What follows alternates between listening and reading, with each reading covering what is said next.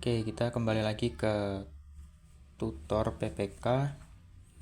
Kali ini kita bahas tentang acceptance sampling. Jadi pembahasan di video ini itu lanjutan dari tutor offline kemarin. Kalau kemarin di kelas di tutor offline kita udah bahas soal nomor 1 sama nomor 2. Sekarang kita bahas soal nomor 3. Nah, jadi kalau kita lihat di kisi-kisi, di situ kan ada juga soal tentang acceptance sampling, dan acceptance samplingnya itu yang dimasukkan ke dalam ujian adalah yang sampel tunggal. Jadi di sini kita bakal bahas sampel tunggal untuk acceptance sampling. Nah, tapi sebelumnya ini ada pengantar sedikit tentang acceptance sampling itu apa. Nah, jadi acceptance sampling itu bisa dibilang adalah sampel yang diterima. Maksudnya gimana? Jadi maksudnya begini. Misalkan di dalam proses pengadaan suatu barang itu kan pasti ada dua pihak ya. Pihak pertama itu konsumennya yang butuh barang, dan juga ada produsennya yang produksi. Nah, dari kasus ini, apakah itu dia konsumennya atau produsennya? Itu kan misal dari konsumen nih, dari sudut pandang konsumen. Ketika dia menerima barang, dia harusnya kan ngecek dulu barangnya sesuai sama spesifikasi yang dia butuhkan atau enggak. Tapi kan misalkan dia pesannya dalam jumlah besar, agak sulit kalau harus periksa semuanya satu persatu. Tapi di sisi lain dia juga nggak bisa untuk nggak periksa barangnya sama sekali. Nah, jadi jalan tengahnya di sini ada yang namanya acceptance sampling atau sampel yang diterima. Jadi nanti si barangnya itu secara keseluruhan diterima atau ditolak itu berdasarkan sampelnya. Nah, itu inti dari konsep acceptance sampling. Nah, kemudian untuk kasus soal ini nih, soal yang nanti di ujian, itu yang ditanya apa sih? Nah, di sini udah ada beberapa contoh soal. Jadi kalau merujuk ke kisi-kisi kan yang diminta hanya acceptance sampling untuk sampel tunggal. Ya, atau rencana sampling tunggal kalau di sini. Nah, rencana sampling tunggal itu ada 3 contoh soal kalau di PPT. Contoh yang pertama itu berdasarkan risiko produsen. Contoh yang kedua berdasarkan risiko konsumen. Contoh yang ketiga berdasarkan risiko produsen dan konsumen. Nah, tapi yang paling dasar dari 3 contoh soal itu apa sih yang ditanya atau apa sih yang mau dicari? Nah, jadi yang ditanya atau yang dicari itu adalah N-nya atau jumlah sampelnya. Nah, jumlah sampelnya di sini itu kan tadi seperti penjelasan di awal, itu nanti bakal menentukan sampelnya, itu kan nanti bakal menentukan apakah lot keseluruhannya ditolak atau diterima. Nah, jadi bagaimana di dalam soal itu jumlah sampelnya itu bisa maksudnya berapa jumlah sampel yang akan diambil supaya si produsen itu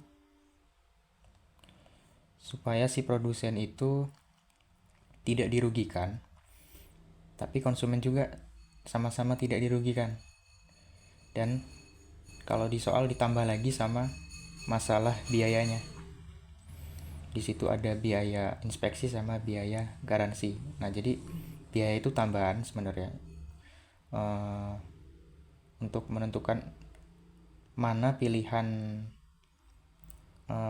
ukuran sampel yang paling ekonomis. Nah, jadi kan tadi yang paling dasar adalah menentukan berapa banyak sampel yang diambil.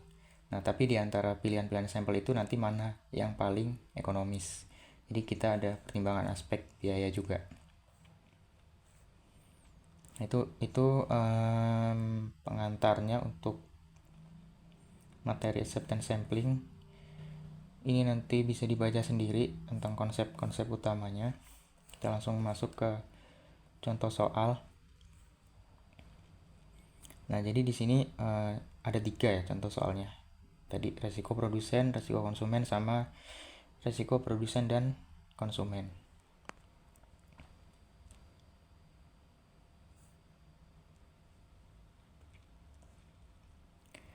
Nah,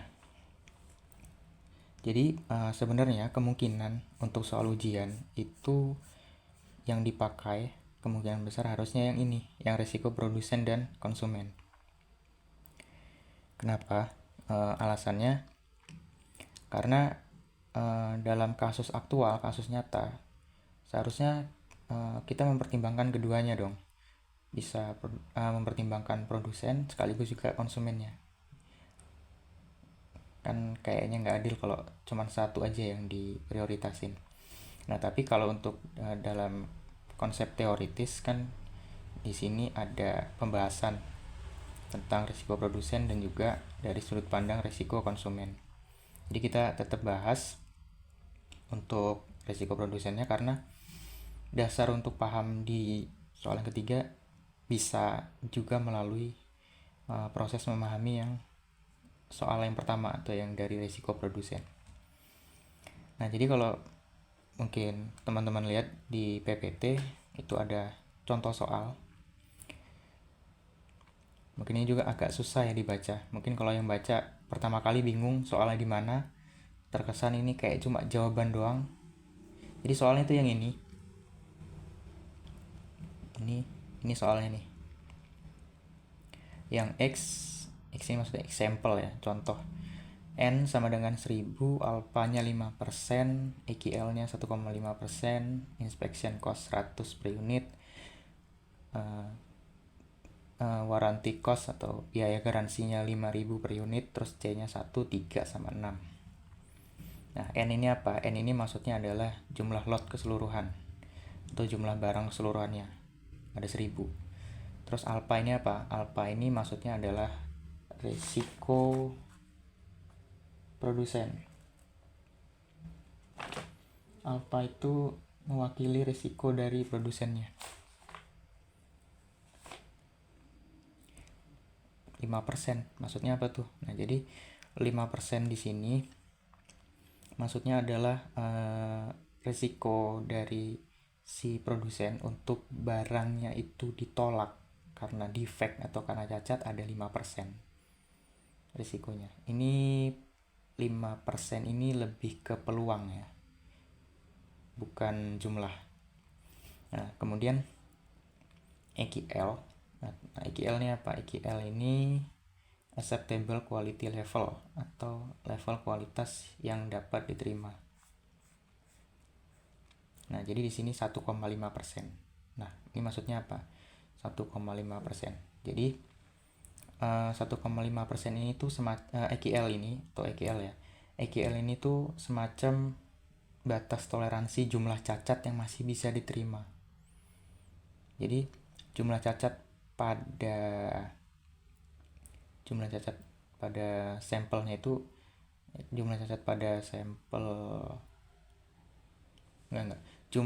pada lotnya itu maksimal 1,5%. Jadi misalkan 1000 jumlah lot pemesanannya itu berarti ada maksimal cacatnya itu maksimal 1,5% dari 1000. Berarti 15. Jadi maksimal cacatnya ada 15. Kalau cacatnya lebih dari 15 gimana? Berarti sampelnya keseluruhan ditolak. Kalau misalkan di bawah 15 gimana? Berarti diterima. Oh ya, 15 itu maksudnya gini ya.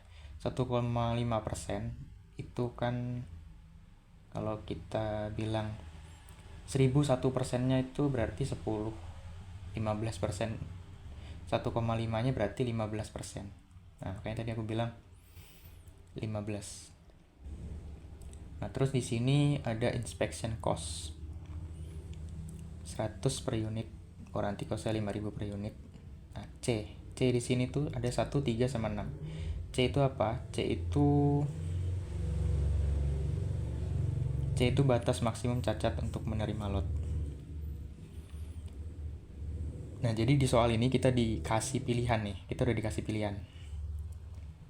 Batas maksimum cacatnya ada 3 pilihan, itu 1, 3, sama 6. Kalau tadi kita lihat di EQL-nya, itu 1,5% dari 1000 atau jumlahnya 15 kan berarti. Nah, di sini tuh 1, 3, sama 6 itu kita langsung dikasih tuh, ditentuin. Pilih nanti di antara 1, 3, sama 6 ini jumlah sampelnya berapa. Oke, itu nanti deh. Lihat soalnya aja. Jadi intinya itu C itu batas maksimum cacat untuk menerima lot. Pilihannya ada 1, 3, sama 6. Jadi bisa jadi 1 cacat, 3 cacat, atau 6 cacat. Oke, ini jawaban. Masuk ke bagian jawaban. Tadi alfanya sama dengan 5%. Maka PA EQL sama dengan 1 dikurang alfa. Nah, ini maksudnya gimana? Jadi alfa itu tadi kan resiko produsen ya, resiko produsen. Jadi si produsen ini punya resiko sebesar 5% untuk kemungkinan produknya itu ditolak. Nah, PA ini apa? PA ini probabilitas slotnya diterima. Nah, probabilitas slotnya diterima itu kan berarti 100% dong. Tapi masalahnya si produsen ini kan punya kemungkinan untuk ditolak sebesar 5%. Makanya di sini 1 dikurang alfa, alfanya 5. 5%. 5% itu desimalnya 0,05. 1 ini mewakili 100% ya. 1 dikurang 0,05 itu 0,95. Nah, ini apa note? Maksudnya PA EQL lebih besar sama dengan 1 dikurang alfa. Nah, ini jadi untuk penjelasan aja. Maksudnya itu dari sudut pandang produsen, nilai PA EQL-nya itu harus lebih besar atau sama dengan 1 dikurang alfanya. Jadi misalnya di sini ya, ini kan 0,95. Berarti peluang untuk lotnya itu diterima atau PA EQL-nya diterima itu harus selalu di atas 0,95. Karena dari sudut pandang produsen, dia pasti kan pengen ya untuk produknya itu diterima dalam jumlah yang lebih banyak. Dia pasti nggak pengen dong produknya ditolak. Jadi di sini yang di notice ini dia harus selalu di atas 0,95. Tapi ini nggak terlalu berpengaruh juga untuk soal. Yang penting skema pengerjaannya kayak yang ini. Nah, terus ini di sini kita lihat tabel groups atau groups table. Nah, tabel groups ini yang mana? Itu ada di bawah, udah dilampirin. Nah, ini namanya tabel groups. Ini dari PPT ngambilnya. Mungkin di sini jelasin sedikit. Ini C atau tadi pilihan ininya, pilihan jumlah cacat maksimumnya. Tadi kan ada 1, 3, sama 6. Nanti kita lihat di sini 1, 3, 6. Nah, di sini ada kolom PA 0,95 NP1, PA 0,10 NP2. Ini maksudnya apa? Nah, ini juga nih ada NP2 per NP1. Tapi ini kolom yang terakhir ini kita nggak bakal pakai dalam soal. Jadi bisa diabaikan aja. Nah, yang 0,95 NP1 ini maksudnya apa? Ini tuh kolom yang kita pakai untuk perhitungan yang di resiko produsen. Sedangkan untuk yang NP2 ini kolom yang dipakai untuk nanti perhitungan di resiko konsumen. Ya, itu aja untuk tabel groupsnya. Kita langsung masuk ke soalnya lagi.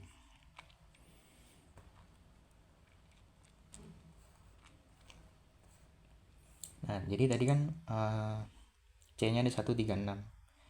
Kita lihat di tabel groupsnya di NP1 yang di kolom untuk produsen kan NP1. Kita lihat tuh 1 itu nilai NP1-nya berapa? Oh, ternyata 0,355. 3 berapa? Oh, 1,366. Jadi kita baca lagi aja deh. Ya. C-nya 1, PA untuk NP1 ya, itu 0,355. Terus C-nya 3, 1,366. C-nya 6, 3,286. Nah, jadi bacanya gitu, simple. nggak terlalu ribet kayak tabel Z atau tabel F. Nah, setelah itu kita udah tahu kan untuk PA-nya. Kita mulai hitung ukuran sampel N. Ukuran sampel atau N sih. Jadi ukuran sampel itu dilambangkan dengan huruf N. Rumusnya itu NP1 per P. NP1-nya itu tadi dari sini. Yang ini 0,355, 1,366. Ini juga. Nah, terus P-nya ini apa? Nah, jadi kalau P ini tuh bisa dua kemungkinannya. Kalau untuk soal yang risiko produsen, P-nya itu sama dengan AQL. AQL ya, AQL. P-nya sama dengan AQL.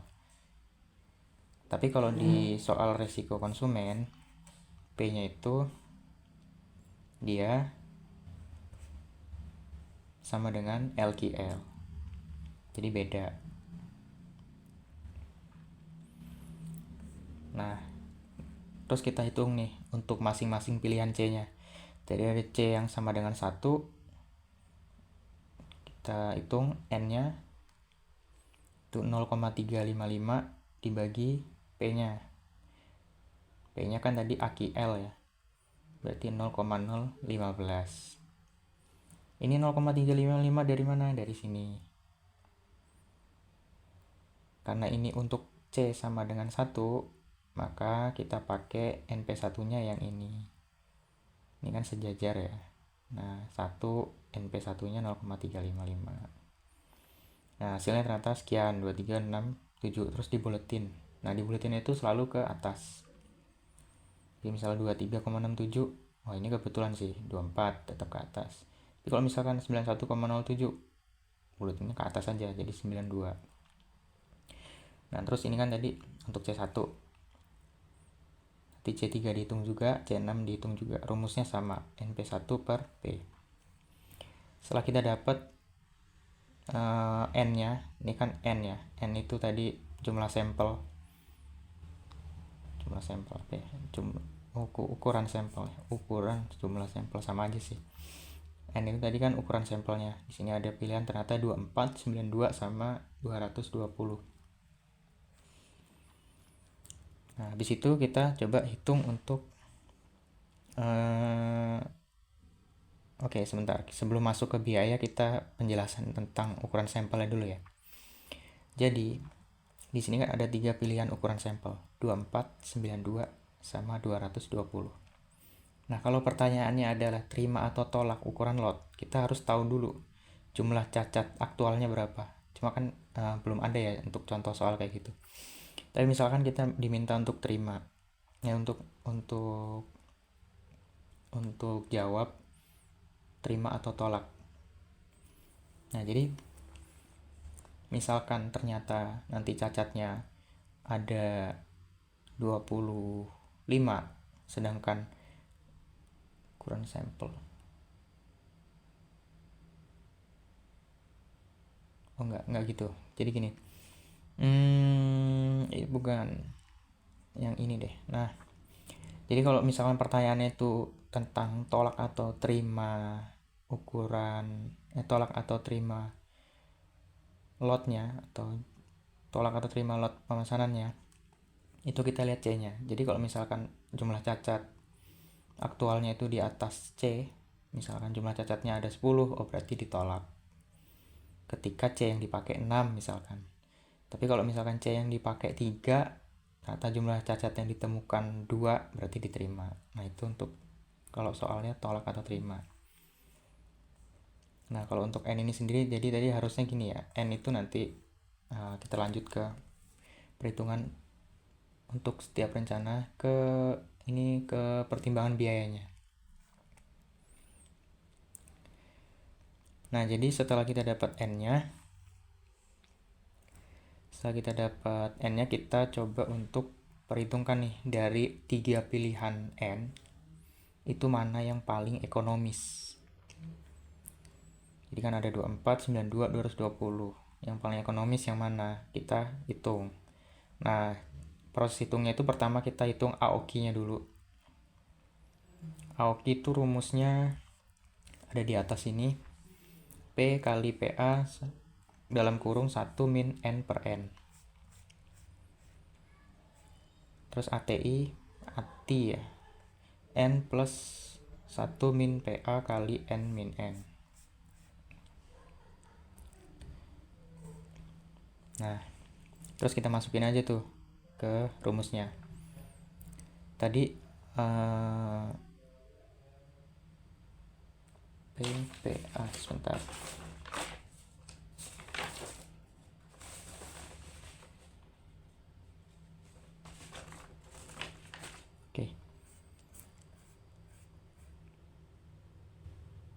Oke, kita lanjut ya ke Aoki. Nah, jadi Aoki itu kan rumusnya P kali PA. P-nya tadi kan di situ kita tahu ya, P-nya mana tadi?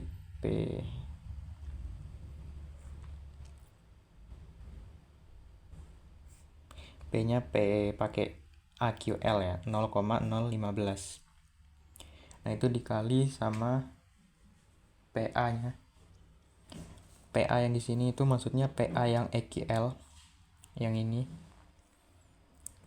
PA EQL itu kan angkanya tadi 0,95, kita masukin ke perhitungan. Terus kali 1 min 92 per 1000. 92 ini N kecil atau ukuran sampel, 1000 ini N besar atau ukuran lot keseluruhannya. Didapat hasilnya 0,01294. Begitu juga sama yang ATI. ATI ini rumusnya tadi N-nya itu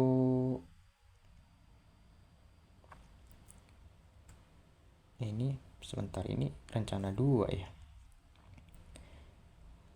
Oke, salah. Itu tadi rencana 2. Nah, ATI itu tadi kan rumusnya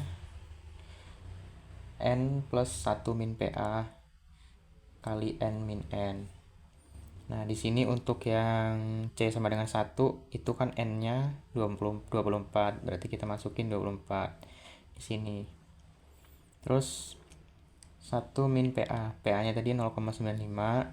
PA itu PA EQL-nya ya.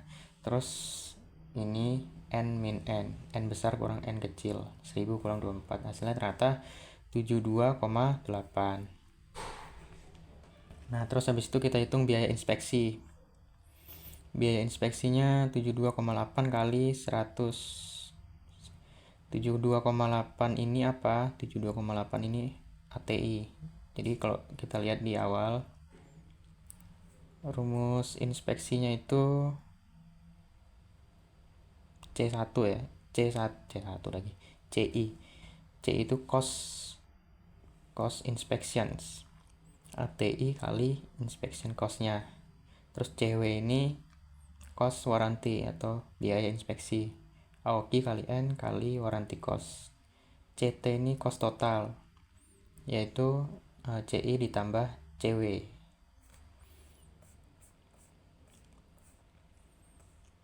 Nah, ini gampang sih, nggak terlalu susah, tinggal masukin aja. Tadi ini ATI kali cost inspectionnya 100, hasilnya ini 7280. CW-nya itu tadi Aoki kali N, Aoki-nya itu tadi kita udah dapat 0,013 sekian kali 1000. 1000 ini tadi biaya warranty atau biaya garansinya kali 5000. 5000 ini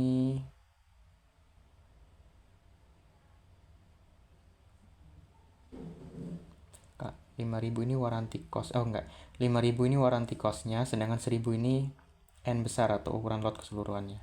Dapat hasilnya 69,540. Terus total biaya tinggal tambahin CI sama CW. Nah, itu untuk rencana 1.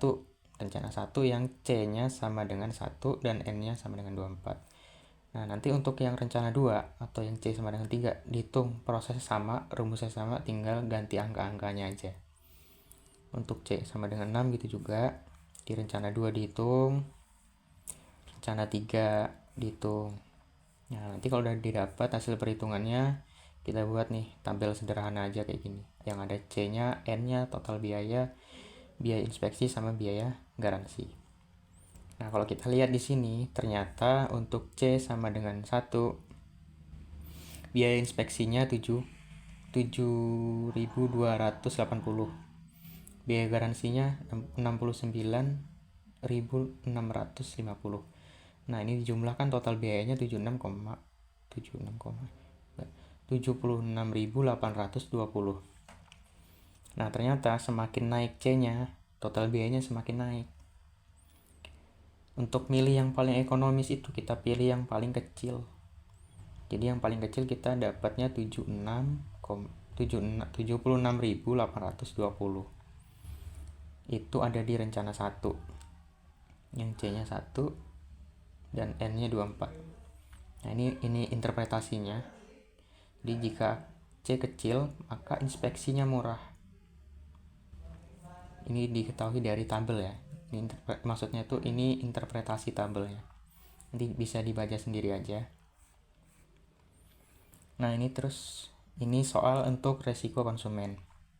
Prosesnya sama aja, rumusnya sama, cuman yang membedakan di sini, kalau di resiko produsen itu kan ada alfa ya. Alfa itu mewakili resiko produsen. Nah, kalau di konsumen ada yang namanya beta.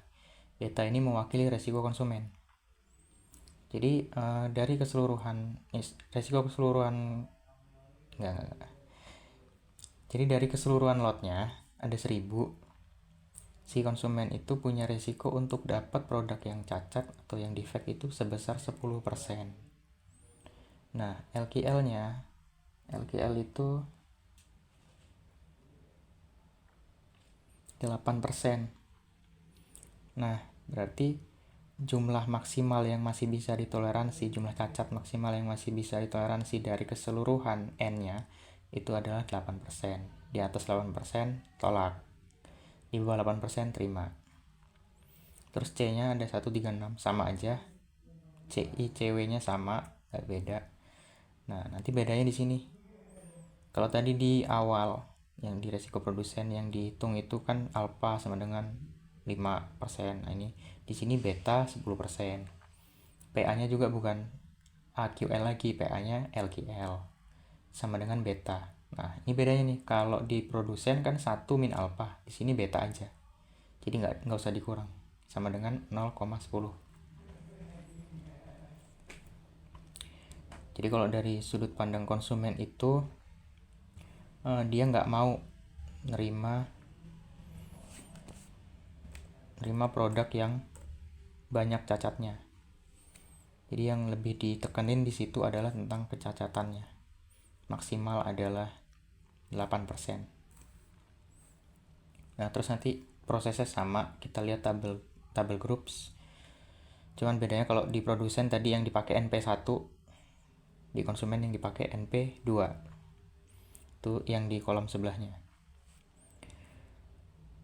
Nah, habis itu langsung hitung ukuran sampel atau N-nya, rumusnya sama, NP per P, dan P-nya itu pakai LKL 0,08. Dihitung. Nah, selanjutnya ini sama aja ya. Nah, cuman di sini ada notis penting yang perlu dicatat. Jadi yang membedakan resiko konsumen dan produsen itu cuman sampai untuk ngitung ukuran sampel. Tadi kan beda ya, di sini P-nya beda. Kalau P produsen itu IQL, P konsumen itu LQL. Nah, kalau nanti di perhitungan biaya, mau itu produsen atau konsumen, dia sama aja. Dia tetap pakai yang EQL. Nah, jadi ini sebenarnya bingung juga sih, karena belum jelas kalau yang konsumen ini gimana. Tapi dari beberapa sumber untuk perhitungan biayanya, kalau konsumen dia tetap pakai EQL, jadi nggak pakai LKL. Cuman di sini contoh nggak dilanjutin karena masih belum jelas. Jadi kita langsung masuk aja ke risiko produsen dan konsumen. Tapi kalau misalkan ini ya, misalkan ada soal terus ditanya cuman resiko konsumen aja, berarti seharusnya kemungkinan dia juga memberitahu EQL-nya berapa sama alpanya atau resiko produsennya berapa. Jadi harusnya nggak bisa ada soal yang tunggal gini, cuman gini doang. Biasanya tuh satu rangkaian. Jadi mulai dari ngitung risiko produsen, ngitung risiko konsumen, terus nanti keduanya. Nah, ini soal yang paling utama nih. Soal yang risiko produsen dan konsumen. Jadi prosesnya itu sebenarnya sama aja, mirip aja. Di sini juga kita langsung, di contoh ini langsung kita pakai data dari hasil perhitungan yang sebelumnya. Aduh, nge-lag.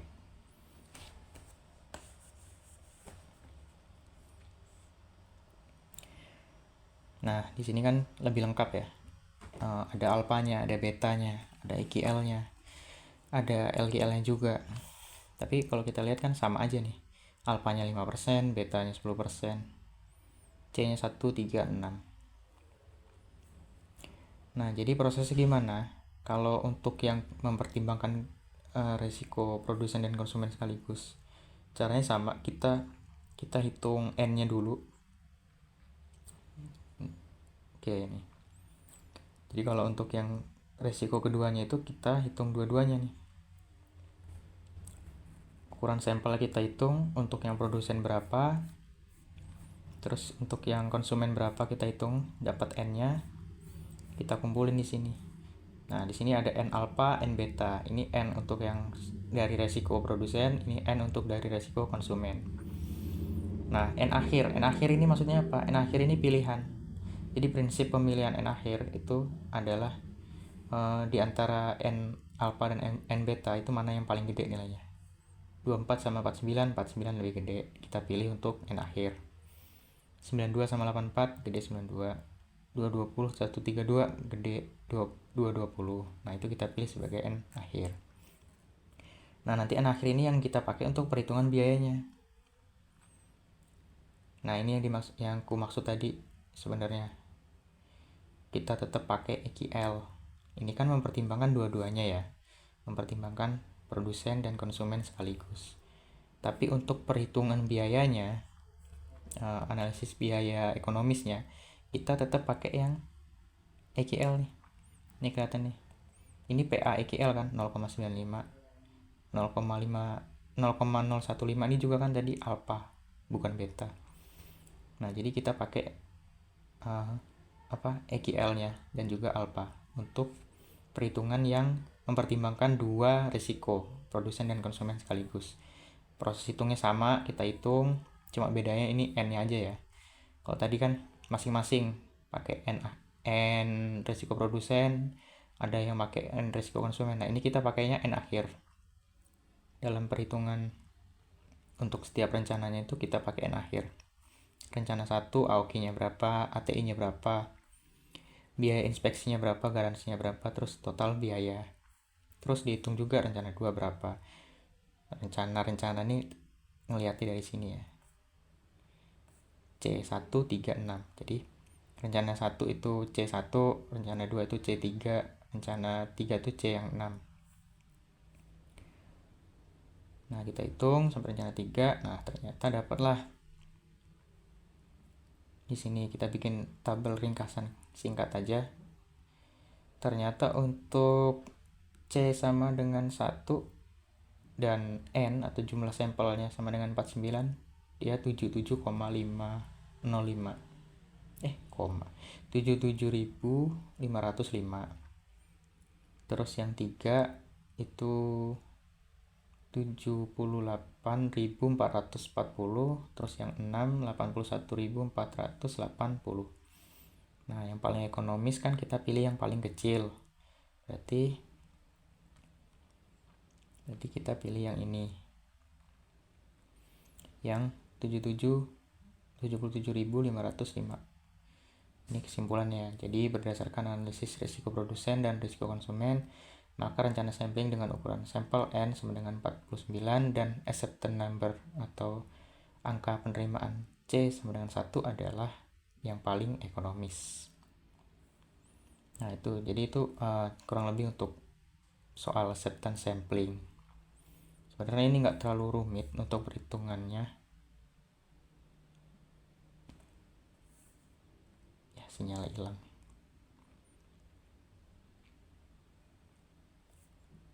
Harusnya nggak pakai sinyal ya. Oh iya. Oke, sorry kepotong.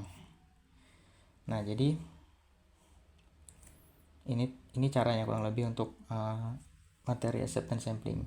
Perhitungannya sebenarnya nggak terlalu rumit, cuman konsepnya harus sedikit effort untuk memahamin. Tapi untuk perhitungannya sebenarnya simple.